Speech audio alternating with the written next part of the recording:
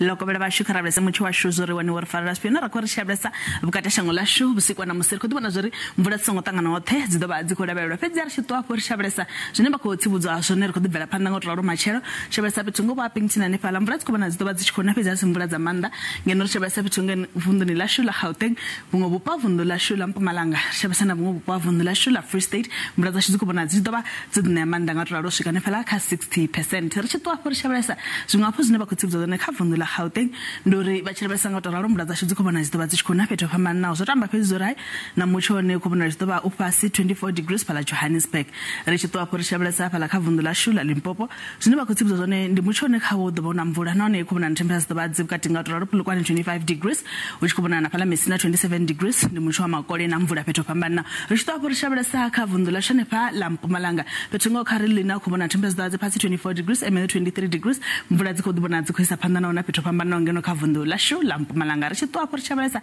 ane pala kha vundo la shula KwaZulu-Natal Mutsho no kubona la uzobona mvula khawo fedzi ndi mvula dzine dzibudita dzinga dzikhorapwa petho phambana Port Shepstone temperature pasi 24 degrees ri shitwa po rishabesa na uponga ne pala Lady Smith hono khodibona shingo dodita chidudela 29 degrees fedzi mvula zashu zikhorabela doba dzichikona ne pala shabesa kha vundo la Eastern Cape Mutsho pisa pala ni Craddock 30 degrees fedzi mvula dzikhona zodita dzichina zikhoditoita dzichi phela nga utraro dzichidifira nga utraro fedzi ri shitwa po rishabesa kha vundo la shula Western Cape zwine bakhotsibudzo zone ni Mutsho no da ukupisa bukuma Linesburg 35 degrees fedzi ri shabesa petongwa ne pala Cape Agala temperatures khona dzipasi nga 25 degrees Beaufort West 32 degrees Oceanone 36 degrees rampes do kupisa bukuma nga utraro ne pala ri shitwa po rishabesa kha vundo la Northern Cape zwine bakhotsibudzo zone ndi Mutsho ne khawo dobo chikopisa bukuma nga utraro na phela mvula fedzi ndi Mutsho no da ukupisa Calvinia 33 degrees Uppington 34 degrees rato apora dabelesa ane pala na kha vundo la Free State hone bakhotsibudzo zori mvula za shido dibadzi chikophela petho phambana na fedzi Bothaville 31 degrees ri khotwa apora khona dabelesa nga utraro